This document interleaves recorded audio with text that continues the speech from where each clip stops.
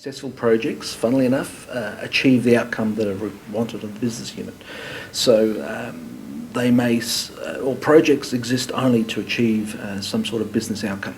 So the measure is achieving those outcomes that are required. So to get there, the key success factor to my mind is always when you're running through the project, making sure you're thinking about those outcomes and testing all your decisions and solutions against that outcome. And constantly testing that with the business users and the end users of your projects and take them on the journey to achieve that outcome. So I guess those are the two key success factors. Always keep in mind what the outcome you're trying to get to and take people on a journey to get there rather than just deliver them something and walk out the door. I think the main thing about projects is not about on time, on budget and to a certain quality. It's about determining with the stakeholders what they think success is. So I like to do a facilitation session with them and find out what the main points of interest for them or the main points of pain they're trying to avoid. What's the purpose for them in doing the project? So we workshop that at the start and we develop some metrics based on those key points they've done, and that's what the project will be measured on. Maybe it's at time of delivery or implementation, 6 months, 12 years later, whenever it is. The essence, there's two things that normally cause bad projects, or three things. The first one is you haven't worked out the scope at the beginning and you go away to do the job without really knowing what you're doing, and it's amazing how many projects happen like that. The next problem is that it's not properly well organised and people really don't know what their tasks are and it's not a team that gel together. And sometimes you can get the project right at the beginning and then it will still go wrong, and that's normally managing change. I did a review of a project that had failed dismally. This was when I was working in a consulting company. The project manager had been engaged to deliver a campaign management system, and when he delivered the project at the end, the client was very unhappy with what had been delivered, and so we ran an audit or a post-implementation review of what had occurred. And the main factor there was the guy kept testing or trying to test with the client that he was on the right track. Client was too busy to get involved. So the end users and business had never been taken on that journey, had never been involved in the selections and decisions of what was going to be delivered.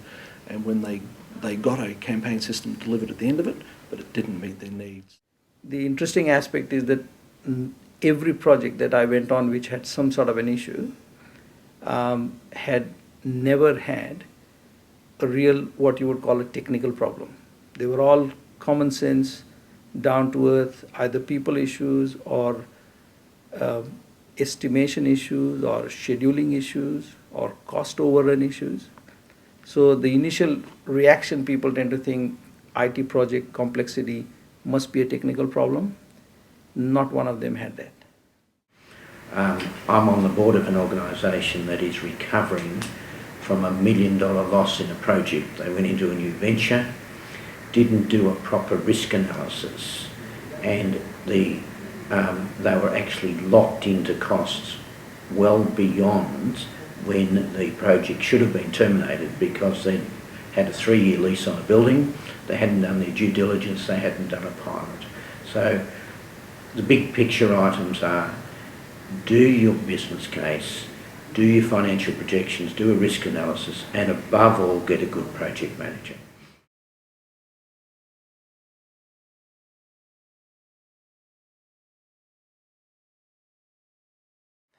Project management's one of those weird things. I always talk about it being an art and a science, and we tend to teach people the science.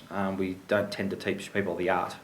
And I guess in my view, you can learn to schedule, you can learn to identify risks and those sorts of things, because they're fairly hard technical skills in that regard. What we don't learn and don't teach people is the softer skills about dealing with people and leadership and some of those sorts of things.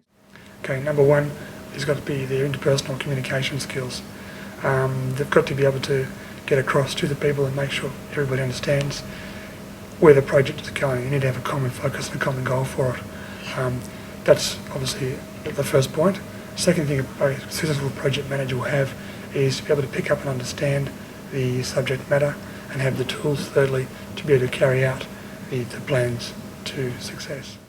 So at the end of the day, I think project managers do need to be able to communicate. They do need to be able to deal with people. They do need to be able to lead the team, and leading the team is not yelling and screaming at them and beating the slaves harder. It's about leading from the front and communicating the vision and supporting the team to achieve the objective. Communication, number one. Understanding, diplomacy, flexibility. You do not need to be arrogant in one way, shape or form with people of different cultures.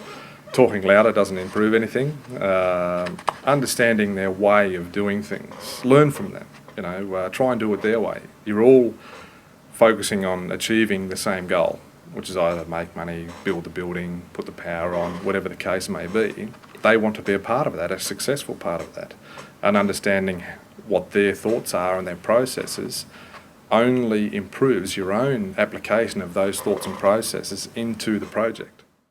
So I guess one of the things about being a project manager is that you do have a lot of different things running in parallel. You do need to be able to juggle and keep all of those balls in the air at the same time, and you need to jump between the strategic, the vision, this is where we're going, and the specific detail.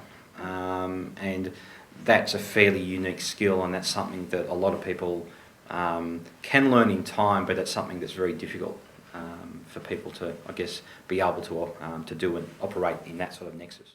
A foreman once said to me, "Ben, nobody thinks the same as you, or not everybody thinks the same as you." And it was that thought that, okay, everybody's got their own biases, priorities, mindsets, methodologies, and it's how to understand what their thoughts and priorities are and get their buy-in to the project, how to not make differences a hindrance to the project on any level. And so that exposure to that in the Middle East of a higher degree made it more evident that it happens on every project. Some people forget that in Australia. They just think, we're all the same nationality, speak the same language, we're all going to think the same way and move towards the same end goal, but it's not that easy. Anyone that's studying project management now needs to be abreast a range of disciplines.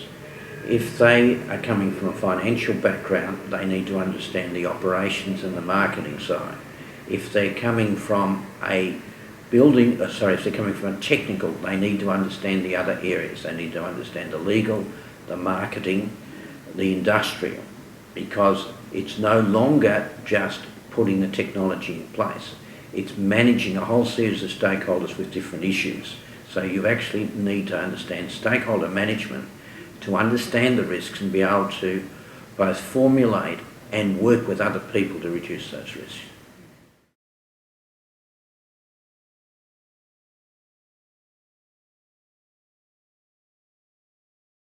You can keep across what 5 people are doing. You'd have some difficulty, but if you became a workaholic, you could probably keep across 10 people or so what they're doing. Try and keep across 100 people, 150 people, 400 people, you haven't got a hope in Hades. And any attempt, one, you'll jump through your own organisational structure, your own managers will rebel, you'll stop your own managers from being able to do what they're employed to do. You're assuming you're better at doing the job of all 100 people or 150 people, whatever it was, than the managers and those people. And the bottom line is that's an ego trip. If you're taking over a project of 400 people, you've been in project management for 10, 15 years. Anything you're doing, anything those 400 people are doing, they've been doing for the last sort of 5 years or something, and you haven't been on the tools, as it were, for 10 to 15 years. Every one of them is better at the tools than you are. You need to stick to your area and let them do their job. Fundamentally, my belief is the project manager is there to lead and manage the team, not do. So very much get the right people, the right skill set to actually do the task, whether it be lay bricks or build a nuclear reactor.